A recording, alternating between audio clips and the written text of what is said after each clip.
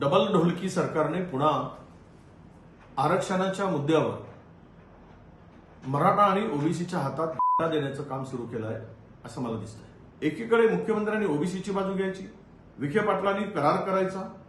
यात नेमका सरकारचा उद्देश काय आहे की दोघांनाही एकमेकाच्या विरुद्ध लढवायचं आहे, दोघांनाही एकमेकाच्या विरुद्ध उभं करायचं आहे आणि सत्तेची खुर्ची टिकवायची आहे, सत्तेची मजा चाकायची आहे।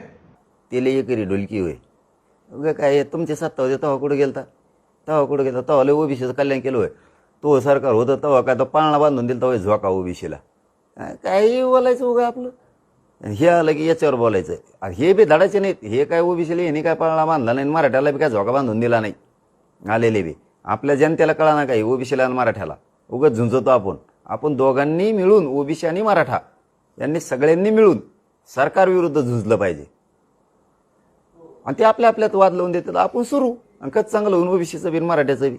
मी तर मराठ्याचं कल्याण करणारच आहे, मी तर पुढून येणारच आहे। त्यांना विजूभाऊंचे मित्र आहेत त्यामुळे ते विरोधी पक्षाची भूमिका सातत्याने मांडत असतात। आता सध्या त्यांनी मान ओबीसीच्या खांद्यावर ठेवली आहे। विजूभाऊंना मी एकच सांगेन की हे सरकार सर्वसामान्य जनतेचं, शेतकऱ्याचं, कष्टकऱ्याचं, कामगारांचं, युवकांचं, तरुणांचं, प्रत्येकाचं एक सरकार। त्यामुळे देवाभाऊंचं हे सरकार हे तुम्हाला देखील न्याय देईल, राजकीय व्यक्ती म्हणून तुम्हाला देखील न्याय देईल आणि सर्व समान जनतेला न्याय देईल याची मला खात्री आहे।